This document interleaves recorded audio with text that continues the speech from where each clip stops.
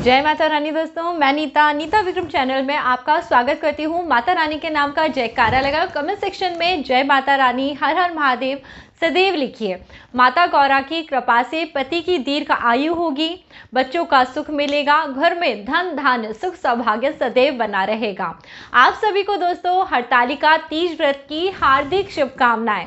आज दोस्तों आपके ढेर सारे सवालों के जवाब देने के लिए ये वीडियो मैं बना रही हूँ।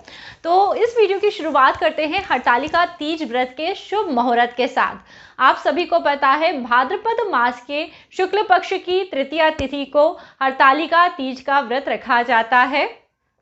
इस वर्ष 21 अगस्त 2020 की तारीख को हरतालिका तीज का व्रत होने वाला है।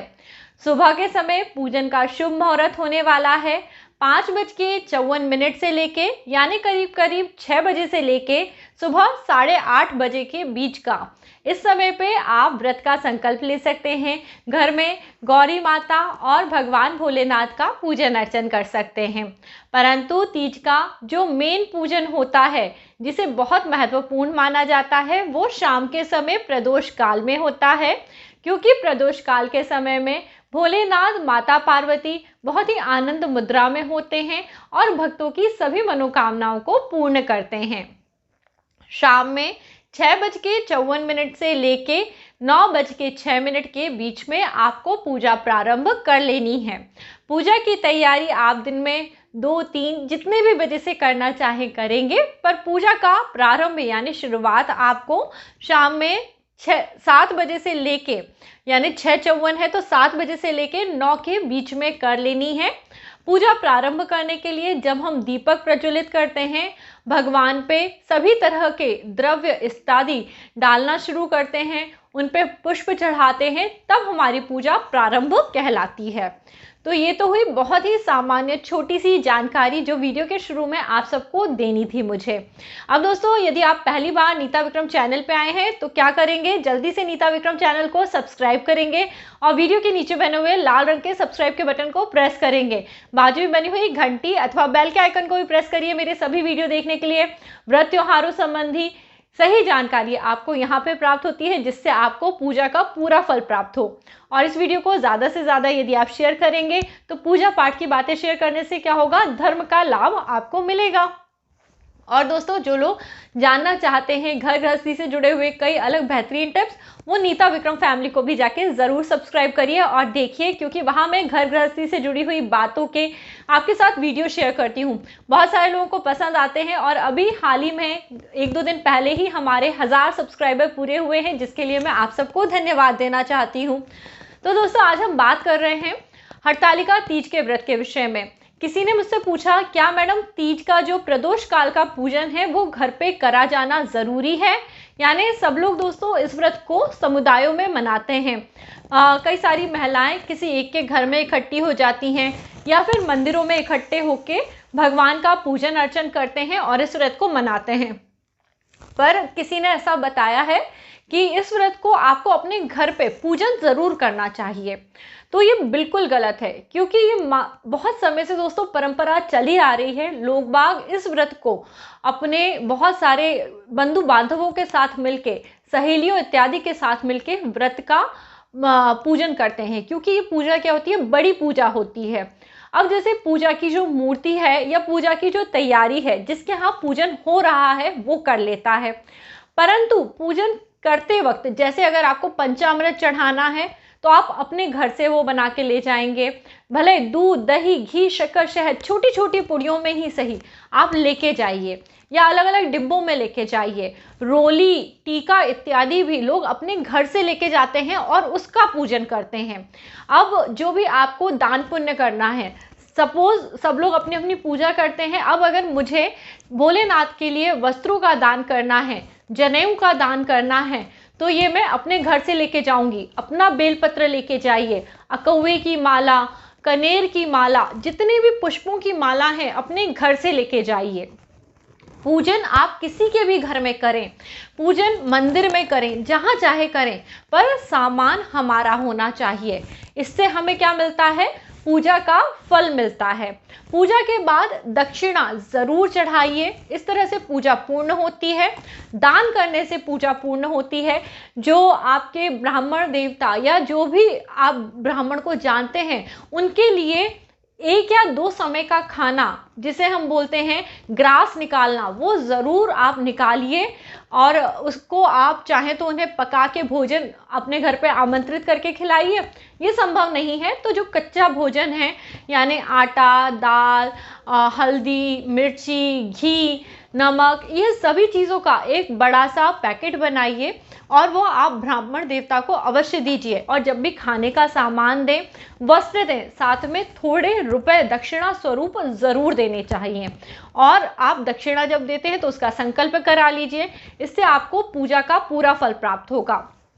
और उनके चरण स्पर्श करके बिल्कुल उन्हें साक्षात ईश्वर का रूप मानते हुए आप उन्हें दक्षिणा दे दीजिए, या आपका व्रत पूरी तरह से पूर्ण हो जाएगा।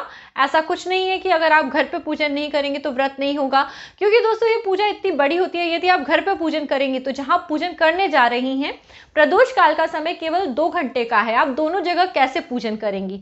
बिल्कुल संभव नहीं है। दोस्तों इस व्रत में रात्रि का जागरण करा जाता है, इसलिए सभी बंधु बांधव एक साथ मिलकर इस पूजन को एक जगह पे करते हैं। अब जो लोग पीरियड्स में हैं, उनको लोगों ने बहुत हवा बना दिया है कि पीरियड्स में है तो बिल्कुल आप कहीं नहीं जा सकते, बिल्कुल आप ऐसे करिए वैसे करिए। अब मैं ये बताती हूँ, अगर मेरे घर में पूजा होती है सपोज, और अगर मैं पीरियड से हूँ, अब मेरे घर में मेरी सास है, ननंद है, जेठानी है, मेरी खुद की बहन है, 4 लोग हैं, सब मिलके हमारे घर में फुलेरा रखा जाता है। और हमेशा अगर पूजा होती है तो केवल अगर कोई स्त्री पीरियड से हो जाएगी तो क्या उनके घर में पूजा नहीं होगी? होगी। पर जो हम नियम हमेशा मानते आए हैं, जब हमारे घर में कोई भी इस तरह से होता है तो पूजा पाठ के कक्ष में नहीं जाता, पूजा की जगह पे नहीं बैठता, जिन लोगों को पूजा करनी है उनके वस्त्र इत्यादि को नहीं छूता है। अब जैसे इस दिन पे तो सभी लोग नए कपड़े पहनते हैं, तो नए कपड़े में किसी तरह की छूत नहीं लगती है। अगर आपको कोई पीरियड में है वो छू भी लेगा तो आपको इसकी कोई छूत नहीं लगेगी। पर जो धुले हुए कपड़े होते हैं उनमें पूजा पाठ से संबंधित छुआछूत के नियम माने जाते हैं। तो आप ये इस बात का ध्यान रखें कि यदि आप पीरियड से हो गई हैं तो आप पूजा के स्थान पे, जहाँ पे पूजन चल रहा है, पूजा के कक्ष में एकदम न जाएं। यानी अगर आपको किसी के घर जाना है तो आप जा सकते हैं, किसी दूसरे कमरे में बैठ जाएं। आप उस तरह से लोगों से मिश्रित ना हो जो लोग पूजा कर रहे हैं, जिससे वो पूजा अच्छे भली प्रकार कर पाएं। सिर्फ इतना है कहने का मतलब। अब पीरियड में है तो इसका ये मतलब तो नहीं कि घर में ही इंसान नहीं रह सकता, घर में तो रहेगा ना, भले उस कमरे में ना रहे, किसी और कमरे में रहे। तो इस तरह से जो लोग पूजा पाठ मानते हैं उन्हें एकदम इतना भेदभाव नहीं करना चाहिए। अब जैसे मेरी पूजा का पूरा फल मुझे प्राप्त हो, अब इस समय पे जो लोग पूजा नहीं कर सकते वो क्या करेंगे, अपने घर में, जैसे मैं अपनी भाभी को बोल दूं या फिर मैं अपनी सास को बोल दूं, आप मेरी तरफ से ये मैं पैसे दे देती हूँ, इसकी दक्षिणा करा के संकल्प ले लीजिएगा, पूजा का फल आपको भी प्राप्त होगा। दान करना पूजा में सबसे महत्वपूर्ण होता है। यदि आप अपनी दक्षिणा इत्यादि चढ़वा के पूजा करा लेंगी तो आपकी पूजा का फल मिल जाएगा। आप सभी प्रकार का भोजन नहीं तैयार कर सकते, मिठाई मंगवा लीजिए मार्केट से, और केले मंगवा लीजिए, बेलपत्री मंगवा लीजिए, और जो प्रसाद का सामान है वो मंगवा के अपने घर की किसी भी महिला के द्वारा वो चढ़वा दीजिए। घर की कोई महिला ना हो, आपके कोई दोस्त हो पहचान में, उनसे चढ़वा दीजिए, पति से चढ़वा दीजिए। बहुत आसान है दोस्तों, पूजा पूरी होने से मतलब है। स्त्रियां इतना कठिन व्रत रखती हैं, निर्जला व्रत रखती हैं, और उन्हें लगता है मैं पूजा नहीं करूंगी तो मेरी पूजा पूर्ण कैसे होगी। हो जाएगी, क्योंकि आपने व्रत रखा है, आपका भाव है पूजा वाला। आप नहीं भी पूजा कर रही, साक्षात वहाँ देवी देवता के सामने नहीं भी हैं, तो भी आपकी पूजा पूर्ण होगी, क्योंकि आप मानसिक जप करिए। मैं हमेशा इस चीज़ पे जोर देती आई हूँ, जिन लोगों को पीरियड्स की प्रॉब्लम है वो मानसिक जप करें, मन में ही ओम नमः शिवाय, शिवाय नमः ओम का जप करिए, पूजा ज़रूर पूर्ण हो जाएगी। कुछ करने की ज़रूरत नहीं है, न भगवान के दर्शन करिए, न पूजा के कक्ष में जाइए, न किसी के इस समय पे पैर इत्यादि पड़िए, क्योंकि सब लोग पूजन इत्यादि करेंगे। अगर आप इस तरह से लोगों को छुएंगी तो आपको भी इसका जो है पुण्य पाप लगेगा और पूजा भी आपकी नहीं ग्रहण होगी। तो इसलिए आप घर में रह सकती हैं, ये नहीं है कि आप उस घर में भी नहीं जा सकती, घर में रह सकती हैं, पर आप पूजा पाठ की चीज़ों से दूरी बना के रखिए। आपके हिस्से का जो भी प्रसाद है वो कोई भी चढ़ा दे। अब अगली बात आती है, इस दिन पे कुंवारी लड़कियां किस तरह से, क्या माँ गौरी पे वो सिंदूर चढ़ा सकती हैं, वो क्या पूजन करें क्या ना करें, बहुत सारी चीज़ें कुंवारी लड़कियों की रहती हैं। तो भाई अच्छा पति तो मिलेगा, क्योंकि व्रत रख रही हो, भोलेनाथ का पूजन अर्चन कर रही हो, पर भोलेनाथ को पाने के पश्चात भोलेनाथ को संभालना इतना आसान नहीं है। तो हाँ, पहली बात तो अति उत्साहित होकर व्रत को बिल्कुल मत करिए, ना परेशान होइए, क्योंकि आप अभी कुंवारी हैं।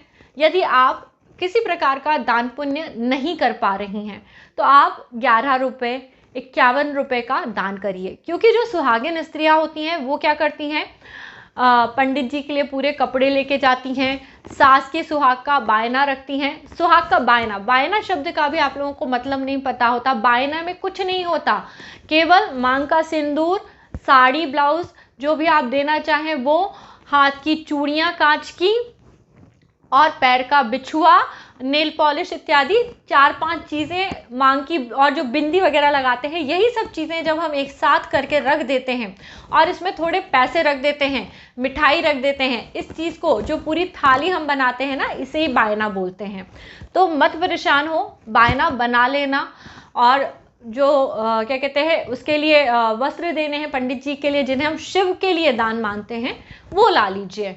पर जो कुंवारी स्त्रियां हैं उन्हें इतना सब करने की कोई ज़रूरत नहीं है। 50 का 51 रुपये ले लेना, 11 रुपये ले लेना, 101 रुपये ले लेना और व्रत का संकल्प करके दान दे दो। बिल्कुल भी परेशान नहीं होना है, कुंवारी स्त्रियां ऐसे पूजन कर सकती हैं। अब बात आती है सुहाग लेने के समय में, कि कुंवारी स्त्रियां कैसे सुहाग लें, क्या वो सुहाग दे सकती हैं। तो हाँ, सुहाग का सामान जो है ना, माँ गौरी पे आप अर्पित कर सकते हो। हम जब भी भगवान का पूजन करते हैं, माँ को रोली चढ़ाते हैं, सिंदूर लगाते हैं, तो ये हर कुंवारी स्त्री भी कर सकती है। पर जब हरतालिका तीज की पूजा पूरी होती है तब क्या करते हैं, 4-5 काम करते हैं। एक तो जो हरतालिका तीज पे माँ को एक दुपट्टा, चीर चढ़ाते हैं। दोस्तों, एक जो वस्त्र होता है ना, कोरा कपड़ा, उसका एक छोटा सा टुकड़ा, करीबन मैं आपको बताती हूँ, इतना बड़ा एक छोटा सा टुकड़ा माता गौरी पे चढ़ाते हैं। फिर सुबह के समय जब हम वहाँ पे से देव को प्रवाहित करने वाले होते हैं, उसके पहले सब स्त्रियाँ आके गौरी माता पे सिंदूर चढ़ाती हैं। तो चाहे कुंवारी हो, चाहे आप शादीशुदा हैं, अपने जो पल्लू है, पल्लू पे ये जो छोटी उंगली है, इसके बाजू वाली उंगली, इसको फंसा के माँ गौरी पे सिंदूर चढ़ाएंगी, एक बार उन्हें तिलक लगाएंगी, फिर अपने माथे पे तिलक लगाती हैं सुहागिन स्त्रियाँ, और फिर मांग भर लेती हैं। तो ऐसा 5 बार करा जाता है। अब अगर आप कुंवारी हैं ना, तो आप क्या करेंगी, माँ गौरी पे चढ़ाएंगी और अपने माथे पे ऐसा लाल टीका लगा लेंगी। तो इसको बोलेंगे सुहाग लेना। सौभाग्य, सुहाग, ये एक ही चीज़ है। तो आप अभी कुंवारी हैं तो आप इस तरह से केवल माथे पे टीका लगाएं, मांग मत भरिए। जब आपकी शादी होगी उसके बाद आप मांग भर सकते हैं। तो आप इस तरह से पूजन अर्चन कर सकते हैं यहाँ पे। अब हम बात कर रहे थे जो कुंवारी लड़कियाँ हैं उनसे संबंधित। तो आपने पूरी पूजन अर्चन कर ली, जो विधियाँ थी आपने अभिषेक कर लिया, जो सामान चढ़ाना था सब चढ़ा लिया, और जब जिस तरह से सबने पूजा करी वैसे ही पूजा कर लीजिए। अब वहाँ पे जो चीर का कपड़ा चढ़ा रहता है, जो मैंने आपको बताया, एक छोटा सा ऐसा दुपट्टा काट के चढ़ा देते हैं, उसको सभी स्त्रियां लेती हैं, थोड़ा थोड़ा अपने पल्लू में बांधती हैं। तो कुंवारी स्त्री भी बांध सकती है, क्योंकि ये तो माँ गौरा का प्रसाद है। आप अच्छा पति पाने के लिए पूजन कर रही हैं, तो इतना आप भी ले सकती हैं। जो जो एक कुंवारी स्त्री श्रृंगार कर सकती है वो सब श्रृंगार आप ले सकती हैं। बिंदी आप लगा सकती हैं, चूड़ी आप पहन सकती हैं, चीर का कपड़ा आप बांध सकती हैं। तो कुंवारी लड़की ये सब कर सकती है, क्योंकि ये व्रत ही इस तरह का है जहाँ पे हम सुख, सौभाग्य, शादी सबकी बात कर रहे हैं। तो मैं तो यही प्रार्थना करूंगी, जितनी कुंवारी लड़कियां अच्छा पति पाने के लिए इस व्रत को कर रही हैं, सबको अच्छे अच्छे घर वर मिल जाएं और सबकी बढ़िया शादी हो और अगले साल आप सुहागन होकर इस व्रत को करें। ये एक अच्छी नई बात आई कि सुहागन स्त्रियां इस साल में पहली बार व्रत कर सकती हैं कि नहीं? कर सकती हैं। अधिक मास है पर अभी नहीं है, 18 सितंबर से शुरू होगा। और ऐसा कहीं नहीं लिखा कि जब अधिक मास जिस साल में पड़ रहा हो उस साल व्रत ना करा जाए। केवल दोस्तों अधिक मास के समय में व्रत शुरू नहीं करे जाते, व्रत का उद्यापन नहीं करा जाता। पर अभी तो अधिक मास नहीं है, अभी कौन सा मास चल रहा है? भाद्रपद। तो व्रत शुरू कर सकते हो। वीडियो बहुत लेट आई है पर फिर भी यदि देख लोगे तो व्रत शुरू कर लेना, वरना अगले साल से करना। अब हो जाता है कभी कभी, है ना। अब और क्या बात आ रही थी? एक बात आ रही थी, कपड़े कैसे पहने। कपड़े जैसे मैंने पहने ऐसे ही पहन लो, कोई भी अच्छा चटक सुंदर कलर भगवान को जो भाए वो पहन लो। नीले काले रंग से परहेज रखना, ऐसा स्वयं भविष्य पुराण में भोलेनाथ ने बोला है। दोस्तों किताबें पढ़ना बहुत जरूरी है, आप लोग भी किताबें पढ़ा करिए। इतना ज्ञान होता है, इतनी बातें पता पड़ती हैं जिससे पूजा पाठ की जो गलतियां होती हैं वो नहीं होती हैं। भूल चूक हो जाती है तो वो माफ होती है, जानबूझ के मत करिए। तो नीले और काले रंग को मत पहनिए। अब जैसे कोई पूछता है मेरी साड़ी गुलाबी रंग की है, सिर्फ बॉर्डर नीले रंग का है, तो उससे क्या असर पड़ जाएगा? जब सिर्फ बॉर्डर भर नीले रंग का है, आप भी समझ रही हैं इस बात को, तो मत पूछिए, पहन लीजिए। अच्छा है, सुंदर लग रही होगी, गुलाबी साड़ी और नीले रंग का कॉम्बिनेशन अच्छा ही लगेगा। तो इतना भी संकोच मत पालिए। जितना आप कर पाए पूजा पाठ में उतने नियम रखिए, बाकी तो फिर भगवान की इच्छा। ऐसी साड़ी मत पहनिए कि जिसे जल गई हो, चूहे ने कुतर दिया हो, कहीं से फट रही है, ऐसे कपड़े मत पहनिए। अब जिसके पास कोई नई साड़ी नहीं है, परेशान होने की कोई ज़रूरत नहीं है। कोरोना का समय है, इतनी जल्दी कोई साड़ी के साथ ब्लाउज भी नहीं सिल के देगा, बहुत दिक्कतें हैं। तो ऐसा करना, जो भी आपकी अच्छी साड़ी है, आप या तो जिस साड़ी में आपने भोजन ना करा हो, आप बाथरूम ना गए हो, कहीं बाहर ना गए हो, वो साड़ी पहन लो, पूजा कर लो। अब अगर ऐसी कोई साड़ी नहीं है ना, तो एक अच्छी साड़ी को धो के तैयार करके ऐसी जगह अच्छे से सुखा लेना जहाँ कोई बिना नहाए उस साड़ी को छुए नहीं, उस साड़ी को गंदा ना करे, उस साड़ी को फिर पहन के पूजा के समय पे पूजन कर लीजिए। गाँव में लोग इसी तरह करते हैं, क्योंकि गाँव के लोग इतना अनावश्यक रूप से खर्चा करते ही नहीं हैं। उनके पास जो सामग्री होती है वो उसमें ही भगवान का पूजन अर्चन चिंतन मनन सब कर लेते हैं और उन्हें पूर्ण फलों की भी प्राप्ति होती है। तो इस तरह से आप पूजन अर्चन करिए। अब कई लोग पूछते हैं आज पीरियड का तीसरा दिन है, चौथा दिन है, पांचवा दिन है, मैं कब पूजा करूं, क्या मैं कर सकती हूं पूजा? तो मैं आपको बता दूं, अग्नि पुराण में साफ साफ लिखा है, पांचवें दिन स्त्रियां सर धो के देव कार्य कर सकती हैं। मैं मान्यताओं के हिसाब से कुछ नहीं बता रही हूँ, जो मैंने पढ़ा है, जो चीज़ मैं भी मानती हूँ। पहले मेरी मम्मी ने मुझे बताया, तब वो था कि हाँ ये एक से सुनी हुई बात है। अब मैं जब खुद बुकों का, किताबों का अध्ययन करती हूँ तो मुझे पता है कि हाँ ये सही है। यानी पांचवें दिन आप सर धो के, यदि आप मासिक से नहीं है तो पूजन कर लीजिए। तो जो लोग तीसरे और चौथे दिन का पूछ रहे हैं उनसे मैं क्षमा मांगती हूँ, बिल्कुल पूजन मत करिए, क्योंकि इन दिनों में चौथे दिन स्त्रियां घर के जो कार्य होते हैं या पति के समक्ष जाने के लिए सर धो के कर सकती हैं, पर इसके पहले कोई कार्य नहीं करना चाहिए। बुराई कुछ नहीं है, आप सबको सभी नियम पता है, हर बार हम एक ही बात करें ये ठीक नहीं है। तो ये वाली बात अब यहीं छोड़ते हैं। अब इसके बाद प्रसाद क्या बनाए क्या नहीं बनाए, बहुत असमंजस रहता है ना। तो जितना बन पड़े उतना बनाएं, वरना जो मिठाई आप मंगाते हैं आप उससे पूजन कर लें। पूजा में भाव का होना बहुत ज़रूरी है। पर आपको एक अच्छी बात बताऊं, अगर भाद्रपद मास के शुक्ल पक्ष की तृतीया को पुए बनाए जाते हैं और उन पुओं का दान करा जाता है तो माँ गौरी अति प्रसन्न होती हैं, ऐसा भविष्य पुराण में स्वयं माता रानी ने बताया है। तो जिस जिसको भी पुए बनाने आते हैं, पुए बनाइए और इसे पंडित जी को दान करिए, पूजन में चढ़ाइए, आपको बहुत ज़्यादा पुण्य फल की प्राप्ति होगी।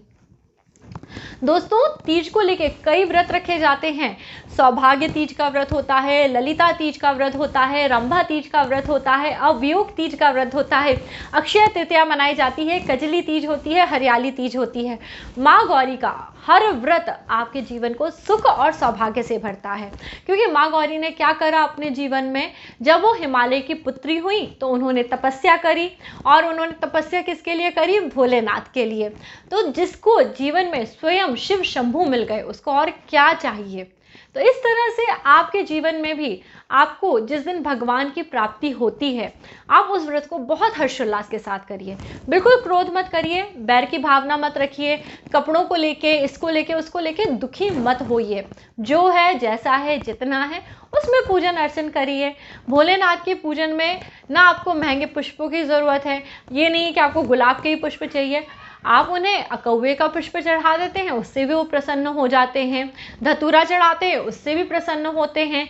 दूब, घर में जो घास उगती है वो चढ़ाएंगे, उससे प्रसन्न हो जाएंगे। बेलपत्री चढ़ाएंगे, उससे प्रसन्न हो जाएंगे। दूध, दही, घी, शक्कर, शहद का थोड़ा सा पंचामृत चढ़ा के अभिषेक करिए, उससे प्रसन्न हो जाएंगे। तो दोस्तों तीजा का व्रत संयम का व्रत है। अब जो लोग बोलते हैं पानी पी सकते हैं, फलाहार कर सकते हैं, ऐसा है वैसा है, बहुत सारी चीज़ें, तो मैं समझ सकती हूँ। अब जैसे जब व्रत आप उठाते हैं, पहली बार का जो नियम होता है, पहली बार यदि संकल्प नहीं लिया तो क्या संकल्प कर सकते हैं आप? हरि व्रत में हम संकल्प करते हैं, जब भी साल में तीजा का व्रत करते हैं तभी सुबह उठ के हम संकल्प लेते हैं कि आज हम तीजा का व्रत कर रहे हैं।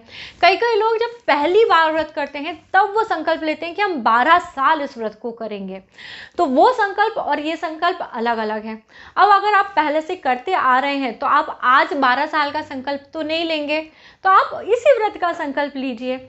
और कभी भी जब तीजा का व्रत 12 साल का हो जाए तो उसका उज्जवल कर देना चाहिए। शरीर साथ नहीं देता, शुगर की बीमारी है, चक्कर आते हैं, डॉक्टर ने बोला है जूस दूध पीना बहुत ज़रूरी है, संकल्प करके आप उद्यापन कर दीजिए, बिल्कुल कोई बुराई नहीं है।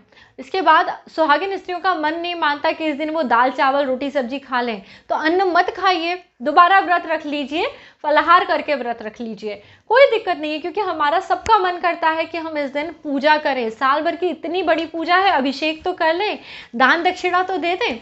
तो ये करने का आपका जो मन करता है वैसे पूजन करिए, है ना। क्योंकि कई लोग बोलते हैं करने की कोई ज़रूरत ही नहीं है। अब ज़रूरत तो किसी भी चीज़ की नहीं होती, पर अगर किसी का मन पड़ता है भाई फलाहार करके कर लूँ तो कर लीजिए, पर उसके पहले क्या करिए, जो आपने 12 साल की तपस्या करी है, निर्जला व्रत करा है, भगवान भोलेनाथ माँ पार्वती को प्रसन्न करा है, उसका क्या करिए, उज्जमन कर दीजिए। जिन जिन लोगों ने अभी तक निर्जला व्रत करा है और उनको 12 साल हो गए हैं और अब उनका शरीर साथ नहीं देता, तो वो दान दक्षिणा का सामान लेके आएँ, और हो सके तो भोलेनाथ के छोटे छोटे 108 पिंड बना लें। न संभव हो तो पंडित जी जैसी सलाह दें उस हिसाब से व्रत का उद्यापन ज़रूर कर दीजिए। फिर भले अगले साल से जूस पी के, फल खा के, फलाहार करके इस व्रत को रख लीजिए, है ना। क्योंकि मैं सब समझती हूँ जिन लोगों की मेडिकल कंडीशन इस वक्त पे अच्छी नहीं होंगी, वो लोगों को बड़ा बुरा लगता है कि कैसे हम इस व्रत को करें, कैसे हम पूजन अर्चन करें। जो सालों साल की आदत होती है उस आदत को छोड़ना बड़ा मुश्किल है। तो आखिरी सवाल कि आपको अपनी जो पूजा की चौकी है वो कब हटानी है, पूजा पाठ का सामान कब हटाना है। तो दोस्तों यह पूजा अगले दिन सुबह ही पूरी होती है। इस व्रत में स्त्रियां 24 घंटे से ज़्यादा निर्जला उपवास रखती हैं, यानी 21 तारीख को सुबह से लेके 22 तारीख की सुबह हो जाने के बाद तक। तो यह जब पूजा पूरी हो जाती है तब अगले दिन यानी 22 तारीख को आप चौकी, पूजा का सामान हटा सकते हैं, इनका विसर्जन कर सकते हैं। विसर्जन आप घर में भी कर सकते हैं या फिर आप यह किसी भी जो भी आपके आसपास नदी, तालाब, पोखर हो वहाँ जाके इस विसर्जन को कर सकते हैं। व्रत का पारण क्या खा के करना है, व्रत को क्या खाकर खोलना है। तो दोस्तों हरतालिका तीज का व्रत निर्जला रखा जाता है, तो आप समझ सकते हैं पारण में आपको क्या चाहिए, पानी चाहिए। कई लोग खाली पानी भी पी लेते हैं, पर दोस्तों हमेशा पानी के साथ जो आपको हरतालिका तीज का प्रसाद मिला है, जैसे केले, सेब फल, कोई भी मिठाई, उसको खा के इस व्रत को पारण करा जाता है या खोला जाता है। दोस्तों इसके अलावा कई लोग इस दिन पे शरबत से भी पारण करते हैं। वो मीठा शक्कर का पानी बनाते हैं और उसमें नींबू का रस डाल के एक नींबू का शरबत बना लेते हैं। मीठा शरबत बनाते हैं, उसमें नमक बिल्कुल नहीं होता, इसलिए उस पानी को पीते हैं क्योंकि गला जो होता है वो पूरा सूख चुका होता है। व्रत उपवास के कारण रात भर भजन गाते हैं, जो भी हम पूजा पाठ करते हैं उस सब में गला पूरा सूख चुका होता है, जिससे कि गला छिले नहीं, इसलिए इस प्रकार से यह पानी बनाया जाता है। अब दोस्तों सुबह स्नान इत्यादि करने के बाद जब यह व्रत खोला जाता है तब आप अपने घर की पूजा पाठ कर सकते हैं। अब देखिए व्रत आपका खुल गया है, आपने भगवान का प्रसाद खा लिया और पानी पी लिया, ये आपके व्रत का पारण हो गया। अब इस दिन पे क्या होता है, गणेश चतुर्थी की स्थापना होती है जो कि दिन के समय होती है। इसका वीडियो ऑलरेडी आ गया है चैनल पे, आप जाके देख सकते हैं। गणेश चतुर्थी स्थापना का शुभ मुहूर्त मैंने आपको बताया है, ये आपको 11:58 के बाद करना है, तो आप वो कर लीजिएगा। अब इस दिन पे क्या अनाज खाते हैं, तो हमारे यहाँ हर साल इस दिन पे यानी तीज के अगले दिन पे कढ़ी चावल रोटी जो भी है ये बनता है। तो जो भी आपके घर के नियम हो उसके अनुरूप आप खाना बनाएं, जो खाना आपसे आसानी से बन जाए उस प्रकार का भोजन बनाएं और व्रत का पारण करें और अनाज इत्यादि ग्रहण करें। दोस्तों हरतालिका तीज का व्रत बहुत बड़ी तपस्या है। इस व्रत को करने से भोलेनाथ माँ पार्वती का आशीर्वाद आपको हर वर्ष प्राप्त होता है, इसलिए बिल्कुल भी भूल नहीं करनी चाहिए और इस व्रत को ज़रूर करना चाहिए। कई बार जैसे अगर किसी की तबीयत खराब है, बिल्कुल ही अक्षम है, नहीं कर सकती ये व्रत, तो उनके घर में उनके कुल में जो भी कोई स्त्री हो वो इस व्रत को उनके लिए 1 साल कर ले, फिर भले अगले साल वो खुद कर लें। ऐसा कहीं कहीं मिलता है, परंतु तीजा का व्रत हम अगर किसी को दे देते हैं तो उसे लौटाया नहीं जाता, ऐसा लोग बोलते हैं, तो ऐसा मत करिएगा। कई लोग क्या करते हैं, अपना व्रत बैठालने के लिए या अब हमसे नहीं करा जा रहा तो बहू को दे देते हैं, तो ऐसा मत करिए, क्योंकि अगर सामने वाला इस व्रत को नहीं उठाना चाहता, नहीं लेना चाहता, तब आपको नहीं देना चाहिए। और स्वास्थ्य खराब हो उस स्थिति में उद्यापन कर देना चाहिए, या फिर आपकी जगह आपके पति यदि इस व्रत को रखना चाहें तो आप उन्हें उस साल के लिए यह व्रत रखने के लिए कह सकती हैं। देख लीजिए अब आपसे जैसा बन पड़े उस तरह से इस व्रत को रखिए, और बहुत ही सौभाग्य का प्रतीक होता है हरतालिका तीज का व्रत। इस व्रत को रखने से सभी मनोकामनाएं पूर्ण होती हैं, माँ गौरा का आशीर्वाद प्राप्त होता है। तो आप सभी की मनोकामनाएं पूर्ण हो। कोशिश करूंगी आपको यह वीडियो अच्छा लगा होगा तो बताइएगा। यदि आपके कोई सवाल होंगे तो दोस्तों एकाध यानी मैं कल सुबह तक आपके लिए नया वीडियो बनाने का कोशिश करूंगी। बाकी ऋषि पंचमी या और त्यौहार उनसे संबंधित जो वीडियो है वो आप चैनल पे जाके देख सकते हैं, और इसी तरह मेरे साथ जुड़े रहिए, अपना ढेर सारा प्यार देते रहिए। अगला वीडियो लेके आपसे जल्दी मिलूंगी, तब तक के लिए मुझसे जुड़े रहिए। और घर गृहस्थी से जुड़े हुए बेहतरीन टिप्स देखने के लिए कहाँ जाना है, नीता विक्रम फैमिली में सर्च करके मेरे वीडियो ज़रूर देखिए। चलिए दोस्तों, जय माता रानी, अपना ख्याल रखिए, सदैव खुश रहिए।